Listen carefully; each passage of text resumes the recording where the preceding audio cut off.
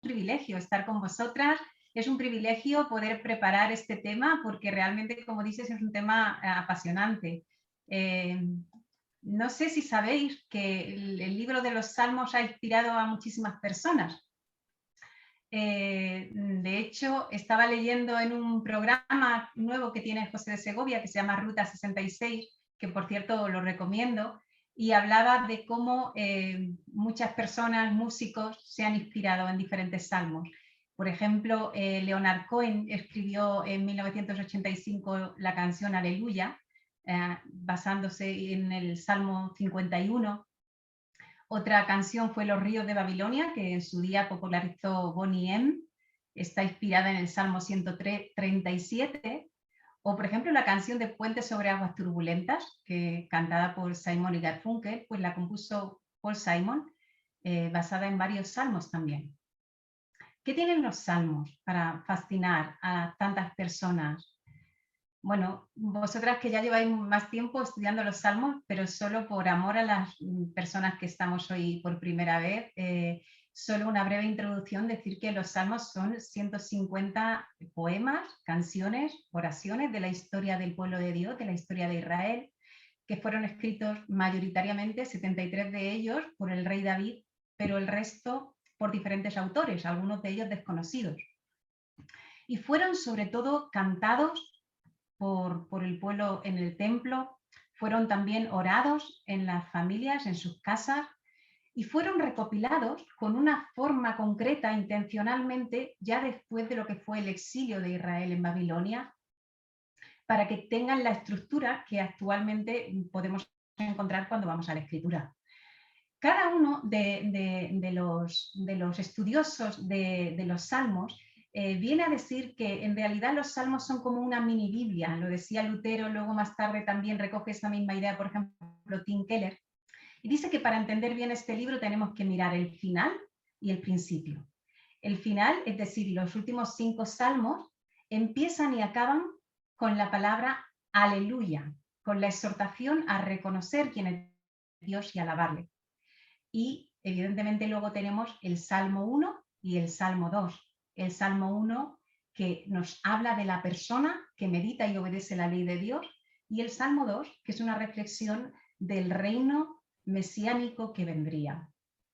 Así que podríamos decir que los salmos son, como usando estas palabras de Keller, como una mini Biblia que nos dan un panorama completo, un panorama general de la historia de la salvación desde la creación, pasando por la ley, el tabernáculo, el templo, el exilio, pero señalándonos más allá, a la redención que vendría con el Mesías. Ahora, ¿cómo entender la esperanza?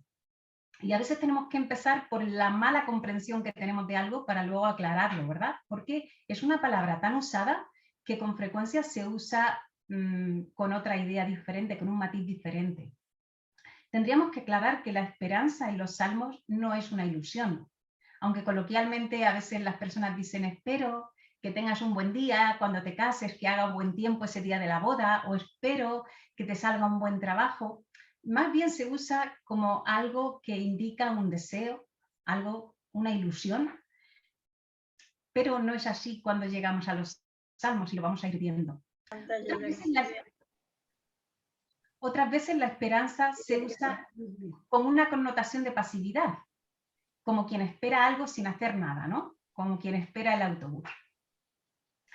Pero vamos ahora entonces a centrarnos, si esta no es la verdadera esperanza, ¿qué es exactamente? ¿A qué tipo de esperanza nos estamos refiriendo?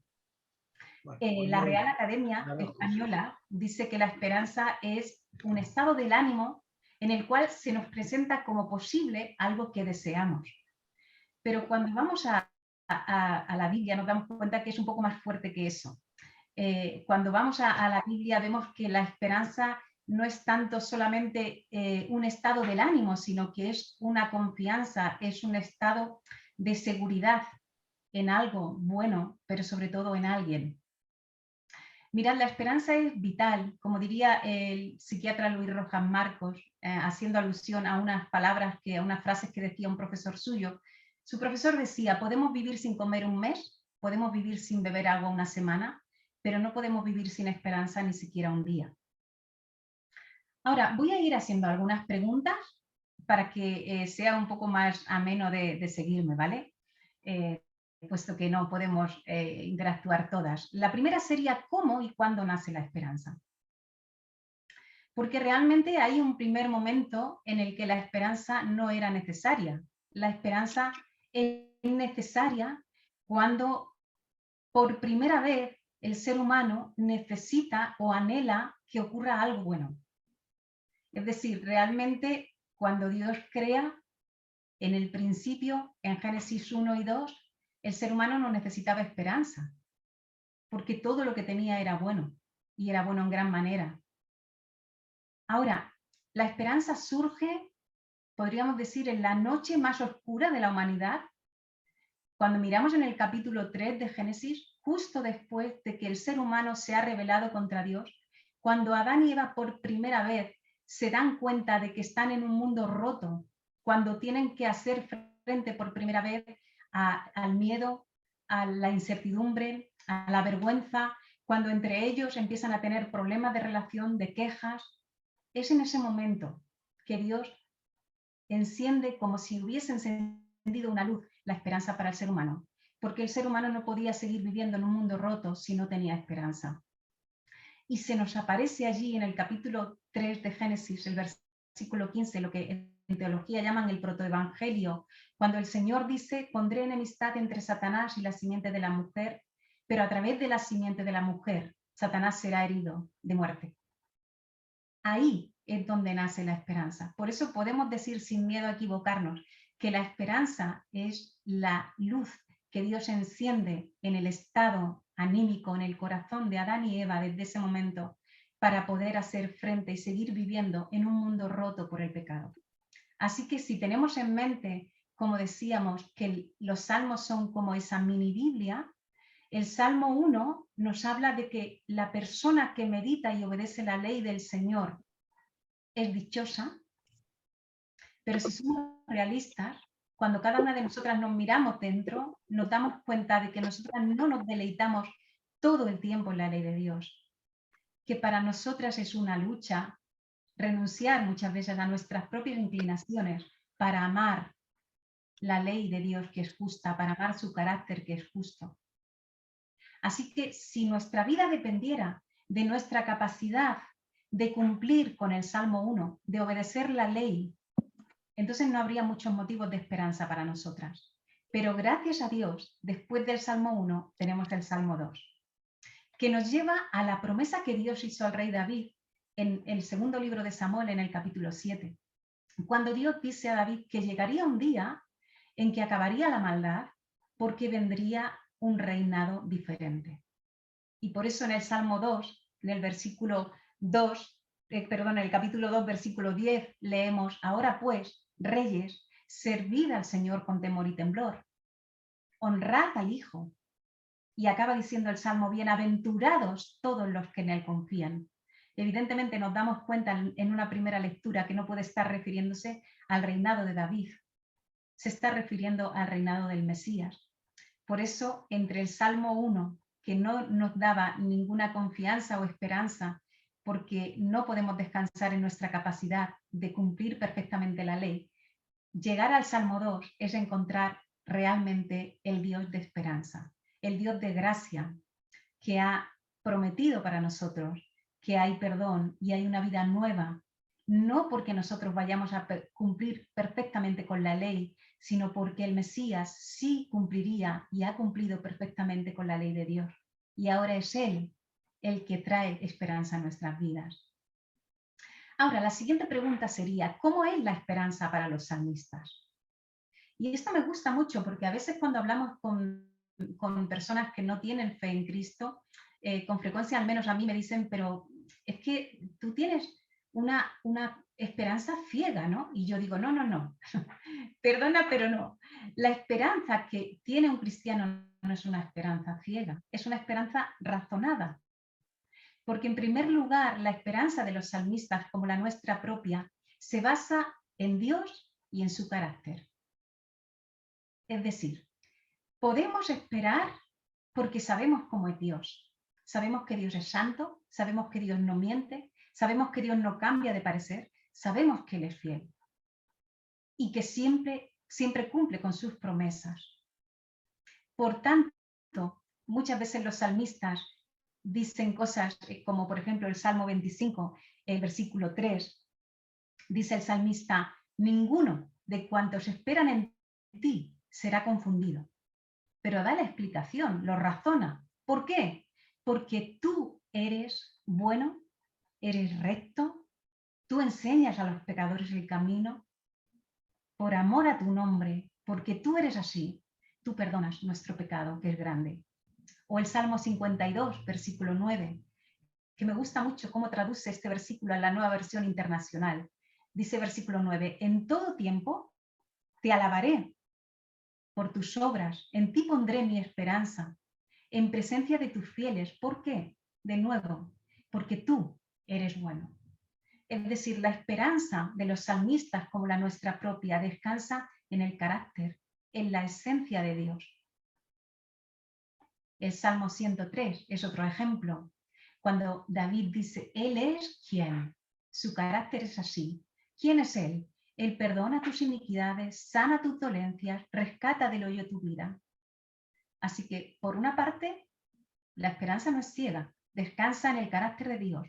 Pero también otros salmos reflejan que la esperanza descansa también en las evidencias pasadas, en las evidencias que Dios ha querido dejar para que tengamos esa seguridad. Mirad, en estos días que está lloviendo y con frecuencia vuelve a salir el sol, uno de los espectáculos más bonitos es ver el arco iris, ¿verdad? A día de hoy sospecho que no muchas personas saben que el arco iris es una evidencia de Dios. Es una evidencia a través de la cual, una señal en la que Dios nos sigue diciendo, puedes poner tu esperanza en mí. Yo un día prometí que no volvería a acabar con el mundo mediante la lluvia y lo estoy cumpliendo. Llueve, pero no acabaré con el mundo, aunque llueva mucho. Y después de la lluvia sale el arco iris. Pero los salmistas recogen en una manera también muy vívida las experiencias que el mismo pueblo de Israel había tenido y que habían dicho de una generación a otra.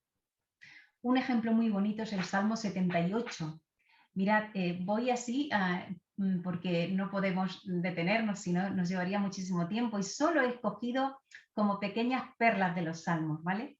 Pero esta, por ejemplo, dice así, en el versículo 7, Dios estableció testimonio en Jacob, y fíjate, y mandó a sus padres que lo notificasen a sus hijos. ¿Por qué? Para que lo sepa la generación venidera y los hijos que nacerán, a fin de que pongan en Dios su confianza, o como dicen otras versiones, a fin de que pongan en Dios su esperanza. Y él explica con detalle lo que el Señor hizo, las evidencias pasadas de que Dios es un Dios digno de confianza. En Él podemos poner nuestra esperanza. Y dice, delante de sus padres hizo maravillas en la tierra de Egipto, dividió el mar, les hizo pasar, les guió con una nube de día, les dio un resplandor de fuego de noche, envió las peñas en el desierto, les dio a beber agua, hizo llover sobre ellos maná, les dio trigo de los cielos. Me encanta, con el lujo de detalle que enumera cada una de las evidencias en las que Dios demostró su carácter y además la importancia que tiene para el Señor que todo eso fuese anunciado a la siguiente generación. Y pensaba también en nosotras, ¿no? Cada una de nosotras, si tuviésemos la ocasión de hablar, podríamos explicar muchas maneras, muchas evidencias que el Señor a lo largo de nuestra vida nos ha dado de cómo su carácter cumple, de cómo Él tiene cuidado de nosotros, de sus milagros, de un amor tierno, de que se ha cuidado absolutamente de todas y cada una de nuestras circunstancias. Y qué importante es poder contar eso a nuestros hijos si tenemos, a nuestros sobrinos, a nuestros nietos, a la siguiente generación en la iglesia, porque es importante que ellos puedan descansar en evidencias pasadas, en evidencias que nosotras hemos degustado en primera persona. No solo nos lo han contado, nosotras lo hemos degustado. Otro salmo que me gusta mucho en cuanto a esto, el Salmo 22, versículo 3, dice, porque tú eres santo. Y fíjate lo que dice a continuación, En ti esperaron nuestros padres, esperaron y tú los libraste. Clamaron a ti y fueron librados. Confiaron en ti y no fueron avergonzados. Como David, nosotras podríamos decir, ¿en cuántas ocasiones nosotras hemos clamado? Nosotras hemos esperado, hemos puesto nuestra confianza en Él y Él no nos ha defraudado, no hemos sido avergonzadas. Quizá viene a tu mente el día en que te convertiste, porque ese día que pusimos nuestra esperanza en que alguien de verdad pudiera perdonar nuestros pecados fue la decisión más importante y hemos sido perdonadas y seguimos siendo perdonadas. Pero también hay muchas maneras en el día a día, en nuestra vida rutinaria, en que experimentamos que Dios responde ante una necesidad económica, ante un problema familiar grave, una angustia profunda. Y podemos decir, hemos esperado en el Señor y no hemos sido avergonzadas. Así que hemos dicho que en primer lugar, la esperanza nace en Dios y por tanto descansa en Dios. Es una esperanza razonada, se basa en su carácter, pero se basa también en las evidencias pasadas y presentes que podemos explicar a la siguiente generación. Ahora, la siguiente pregunta que me gustaría tratar para acabar es, ¿qué frutos da la esperanza? Y déjame decirlo solo en 3 frases. La esperanza, en primer lugar, cambia nuestro corazón. En segundo lugar, cambia nuestra voluntad. Y en tercer lugar, cambia nuestra eternidad. La esperanza no es algo que nos hemos inventado, no es una sugestión. La esperanza es una realidad que nos transforma y que sigue transformando a cientos y miles y millones de personas en todo el mundo. Pero la esperanza en Dios, no la esperanza en una idea, no la esperanza ni siquiera en lo que anhelamos, sino en el Dios que ha hecho posible que seamos llamadas hijas suyas y en el Dios que nos ha dado con su Hijo todas y cada una de las promesas. Así que en primer lugar, la esperanza cambia nuestro corazón. Y la esperanza es sumamente poderosa. Igual que decía el psiquiatra que no podemos vivir ni un solo día sin esperanza, así es, porque la esperanza trae al corazón humano alegría, gozo, trae ánimo, trae valor, es lo que nos llena de vigor, lo que nos renueva. Y hay muchísimos salmos, como estaba diciendo Eva antes, sobre este tema, ¿verdad? Pero solo voy a nombrar, como digo, algunos ejemplos. El Salmo 38, el versículo 18 al 22, dice, nuestra alma espera al Señor, nuestra ayuda y nuestro escudo es Él. Por tanto, en Él se alegrará nuestro corazón. Salmo 5, versículo 11, alégrense todos los que en ti confían, den voces de júbilo para siempre. Porque tú, oh Señor, bendecirás al justo y como con un escudo lo rodearás de tu favor. Hay otro versículo que me gusta mucho del Salmo 27, versículo 13 y 14, que dice el salmista, después de haber hablado de grandes miedos o grandes posibles problemas en su vida, incluso cuando dice, aunque mi padre y mi madre me abandonaran, o sea, aunque te pase lo peor que puedes imaginar en tu vida, acaba diciendo el salmista, que está reconociendo el Señor es mi luz y mi salvación. Pero acaba diciendo, hubiera yo desmayado si no creyese que veré la bondad del Señor en la tierra de los vivientes. Y por eso dice, aguarda al Señor, esfuérzate y aliéntese tu corazón. Sigue esperando en el Señor.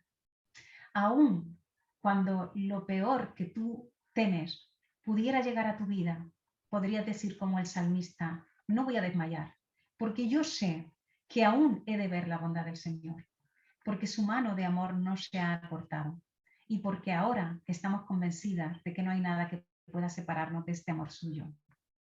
Dice el Salmo 146, versículo 5, bienaventurado aquel cuyo ayudador es el Dios de Jacob, cuya esperanza está en Jehová su Dios. Y mira cómo explica, el cual hizo los cielos y la tierra, alude a su carácter, el cual hace justicia a los agraviados, da pan a los hambrientos, liberta a los cautivos, abre los ojos de los ciegos, guarda a los extranjeros, guarda al huérfano, a la viuda. Es tremendo. Por eso el salmista puede decir, Bienaventurado, feliz, dichosa la persona que tiene en Dios su esperanza, porque Dios es glorioso, es todopoderoso, pero al mismo tiempo es un Dios cercano. Conoce cada una de nuestras situaciones personales. Conoce la necesidad del extranjero, del huérfano, de la viuda. Conoce al que está sufriendo injusticia. Conoce al que necesita que sus ojos sean abiertos. Y hermanas, muchas veces necesitamos que nuestros ojos espirituales sean abiertos para volver a tener una visión fresca, renovada de cómo es Dios, para que esa renovada fuerza que trae a nuestra vida la esperanza nos vivifique. Así que en primer lugar hemos dicho que la esperanza transforma nuestro corazón, pero en segundo lugar cambia, transforma nuestra voluntad. Si solamente cambiara el corazón nos quedaríamos cortos. Pero ¿en qué sentido podríamos decir que cambia nuestra voluntad? En el sentido de que nos da firmeza, y los salmistas lo recogen muy bien. Es decir, una vez que somos vivificadas, que somos renovadas para continuar, entonces es que podemos mantenernos, aunque en el presente no estemos recibiendo lo que esperamos, podemos mantenernos en integridad. Porque sabéis, en los momentos de tribulación, de angustia, de prueba, en definitiva, el mayor peligro que tenemos es ceder a la tentación. Es decir, si Dios no obra en el momento que yo quiero, si no hace las cosas del modo en que yo anhelo, la tentación es hacerlas yo a mi manera. Esto no excluye, como decía antes, esto no quiere decir que esperar en el Señor nos convierta en personas pasivas. Esperar en el Señor es clamar, confiando en Él, pidiendo su sabiduría, es aprovecharnos de los recursos que Él nos da, no solo a través de su palabra, a través también de la congregación de los justos, a través de la revelación y de la gracia natural que hay en muchísimas personas, aunque no le conozcan. Pero es muy importante entender que el peligro en la prueba es desesperar. Y cuando desesperamos, entonces es fácil perder la integridad y acabar haciendo cualquier otra cosa que no refleja el carácter de Dios. Y mirad qué bien lo recoge, por ejemplo, el Salmo 37. En el versículo 1 dice el salmista: no te impacientes a causa de los malignos y no tengas envidia de los que hacen iniquidad. Es decir, hay veces que podemos sentir que gente que no tiene fe en Dios está prosperando o le está yendo mejor en la vida que incluso a nosotros mismos, pero el salmista dice: no te impacientes, no cedas a esa tentación. Confía en el Señor, pero mira, añade una cosa en versículo 3: y haz el bien, no dejes de hacer el bien. Continúa en el versículo 8 y dice: deja la ira, desecha el enojo, es decir, sigue guardando tu corazón. ¿Por qué? Porque aunque tengas que seguir esperando, Dios ha dicho que los que esperan en Él heredarán la tierra. Y me gusta es porque esa misma idea fue la que el Señor Jesús luego retomó en la bienaventuranza, ¿verdad? Sigue confiando, sigue poniendo tu esperanza en el Señor, aunque estés bajo presión, aunque incluso estés tentada a pensar que aquellos que no honran al Señor tienen una mejor vida que tú. Sigue esperando en Dios, porque Él a su tiempo cumple sus promesas y porque en último término, al final de todo, serán aquellos que siguen esperando en Él que heredarán la tierra. Así que la exhortación de David es: sigue haciendo lo que es justo. Que esa esperanza cambie tu corazón, pero también cambie tu voluntad, cambie tus decisiones, cambie tu forma de vivir, porque entonces serás bienaventurado. Y por último, la esperanza en Dios no solamente cambia nuestro corazón y nuestra voluntad, lo que es más grandioso para el ser humano, cambia la eternidad. Porque si la esperanza se quedase solamente en un hecho que afecta a nuestro presente, la esperanza se quedaría corta. Pero sabemos que la esperanza en Dios trasciende el presente. Es una esperanza en el porvenir. Por eso podemos leer en el Salmo 23, el versículo 6, después que el salmista ha dicho, aunque ande en valle de sombra de muerte, ¿verdad? A nosotros nos gustaría decir, el Señor es mi pastor y por tanto yo no voy a andar por ningún valle de sombra y yo no voy a andar por ningún valle de muerte. Pero la realidad es que esperar en el Señor no nos exime de vivir en situaciones de angustia, en valles, en días oscuros. Pero el salmista en el Salmo 23 acaba diciendo, ciertamente el bien y la misericordia me seguirán todos los días de mi vida y en la casa del Señor moraré por largos días. Es decir, la esperanza no se agota en 70 u 80 años, como dice el Salmo 90, ¿verdad? Recientemente un gobernante español que se confiesa ateo afirmaba con cierta ironía que el paraíso está aquí en la tierra. Y cuando escucho estas palabras digo, ¿de verdad podemos seguir pensando que esto que vemos es todo lo que hay? O sea, que este es el paraíso.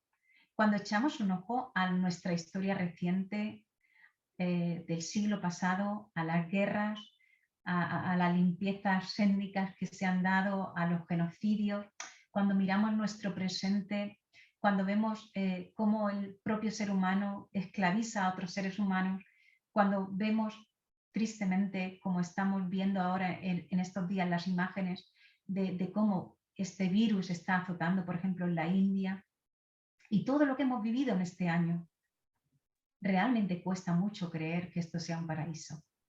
Pero gloria a Dios, que nos espera un paraíso en mayúscula.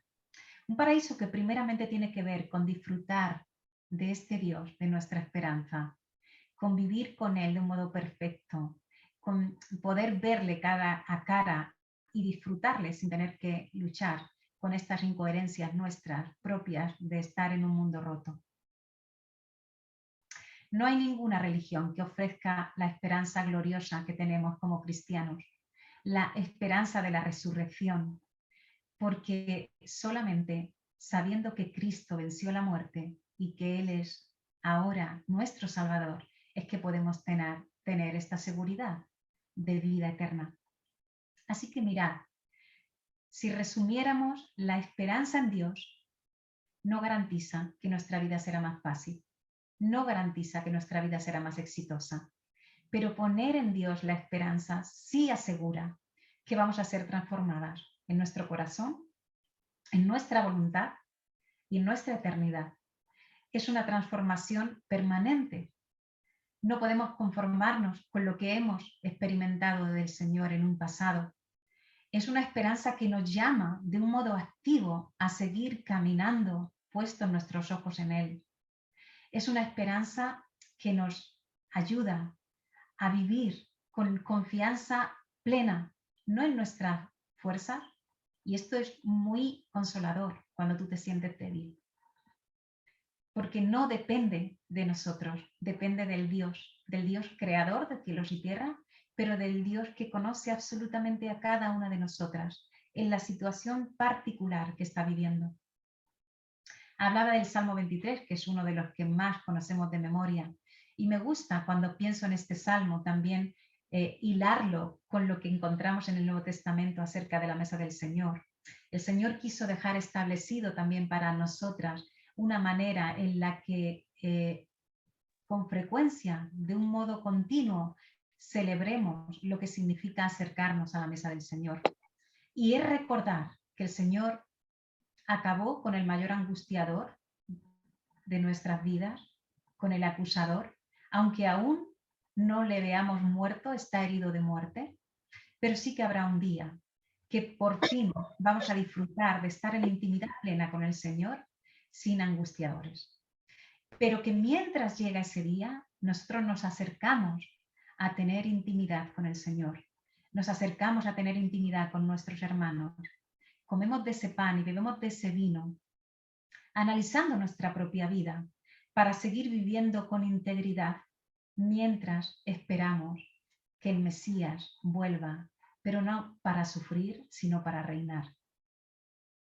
Así que podemos acabar con unas palabras que me encantan del teólogo Packer, y dice lo siguiente: el optimismo es un deseo sin garantía, la esperanza cristiana es una certeza garantizada por el propio Dios.